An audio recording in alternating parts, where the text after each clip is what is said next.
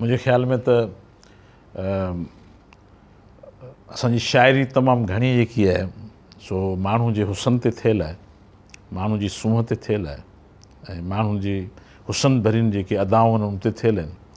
ख़ुशबख़्त जेको असांजो हीउ लिबास अजरक आहे, जिते बि शाइरनि शाइरी कई आहे ऐं ॾाढी गज़ब जी ऐं कमाल जी शाइरी थी आहे। मसलन मूंखे हिकिड़ो शेर हमेशह यादि रहंदो आहे, ॾाढो सुहिणो लॻंदो आहे त पंहिंजो भॼी आए भॼन अजरक छॾे उत, रत ॾियण जी रुत खोटरा तूं खारे छॾी। माना अजरक छॾणी कोन्हे। ऐं असां वटि कंहिं ज़माने में अजरक माण्हू सां गॾु हूंदी हुई। अजरक इन करे ऐं अजरक ते ॾाढो हिकिड़ो माना ख़ूबसूरत क़िस्म जो जेको आहे सो हिकिड़ो लेख पंहिंजो हुनजो मुश्ताक यूसुफ़ी साहिब जो लिखियलु आहे। असांजा दोस्त जेकॾहिं पढ़ंदा त मूंखे अॼु ॾींहं ताईं हीअ ईमानदारी जी ॻाल्हि आहे त अजरक ते अहिड़ो सुहिणो ऐं अहिड़ो हिकिड़ी भरपूर कैफ़ियत वारो लेख अॼु ताईं मूं पढ़ियो ई न आहे जेको मुश्ताक यूसुफ़ी लिखियलु आहे। ऐं मुश्ताक यूसुफ़ी उनखे माना हीअं माना लिखियो आहे त असांजे घरनि जे पासे खां हिकिड़ो माण्हू रहंदा, उनखे कंहिं माण्हू सिंधी माण्हू हिकिड़ी अजरक जी ॾिनी जेकी हू हमेशह पाण वटि रखंदो। जॾहिं उहा माई बीमार थी त उनजी हुन में दवा वठी आया हुआ।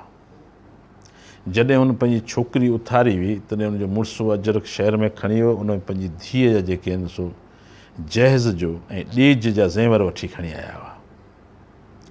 माई जॾहिं बीमार थी तॾहिं हुन में दवा वठी आया हुआ। अॼु जॾहिं हुनजी माई मुई असां जनाज़े में शामिलु थियासीं त उहा ई अजरक हुई जंहिं महिल जेको आहे सो अगरबत्तियूं गुल ऐं पताशनि जी हड़ हुई जेका उनजो नंढड़ो पुटु हथ में झलियो जनाज़े जे पुठियां आयो पियो।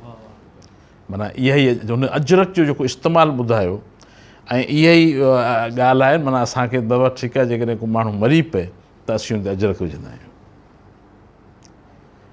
जेकॾहिं को माण्हू घोटु आहे त बि असीं अजरक था विझूं, कंहिंखे इज़त था ॾियूं त बि अजरक था विझूं। त बहरहाल हीअ असांजो जेको आहे हिकिड़ी तमामु सुठी शइ आहे। ऐं मतिलबु साईं नूर हालाई साहिबु जेको आहे सो मुंहिंजे लाइ ॾाढी मोतबर शख़्सियत इन करे बि आहे त उहो असांजे हिकिड़े महबूब शहर हाला सां तइलक रखे थो। ऐं अञा वॾी ॻाल्हि इहा आहे त असांजो भाउ आहे, असांजो तइलक आहे, असांजे दोस्तनि मंझां आहे, हिकिड़ो शनासाई आहे। ऐं ॿी ॻाल्हि इहा आहे त हू आउं सम्झां थो मुंहिंजे लाइ सभ खां वॾी एज़ाज़ जहिड़ी ॻाल्हि आहे जो नूरमहमद साहिब अजरक खणी आयो आहे ऐं असांखे घर वेठे अची को माण्हू सुखड़ी ॾिए त इन खां वॾी का दुनिया में शइ कोन हूंदी आहे। ऐं उन ई सुखड़ी में जेकॾहिं उन माण्हू जी मोहबत जूं अदाऊं बि शामिलु हुजनि, उनजे मोहबत जो रंग बि शामिलु हुजे, प्यार जो रंग बि शामिलु हुजे ऐं त आउं सम्झां थो त उन सुखड़ी जा रंग जेके आहिनि हिकिड़ा सदाबहार निखरी पवंदा आहिनि जेके माण्हू जे रूह जे ज़मीन ऐं उनजे आसमान ते सदाईं क़ाइमु ऐं दाइमु रहंदा आहिनि। ऐं मोहबत भरियो साईं जो तोहफ़ो सो बि अजरक जी सूरत में। अजरक हिकिड़ी अहिड़ी शइ आहे जेको पाण सभु इस्तेमालु करियूं था ऐं करणु बि घुरिजे ऐं का ख़राबु शइ कोन्हे, तमामु सुठी शइ आहे। ऐं सच बि असां वटि हाणे जेको को ॿाहिरां माण्हू अचे थो ॾियण लाइ अजरक खां सवाइ ॿियो आहे बि छा।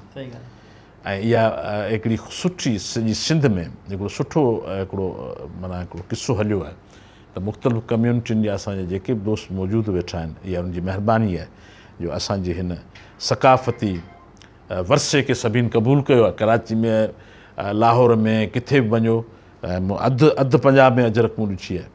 बहरहाल ज़बरदस्त तव्हां नूर साहिब जी महिरबानी ऐं हीउ सदाईं तव्हांजो तोहफ़ो माना फाटी वेंदो त दिलि में रंग सलामत हूंदा। वॾी महिरबानी सर।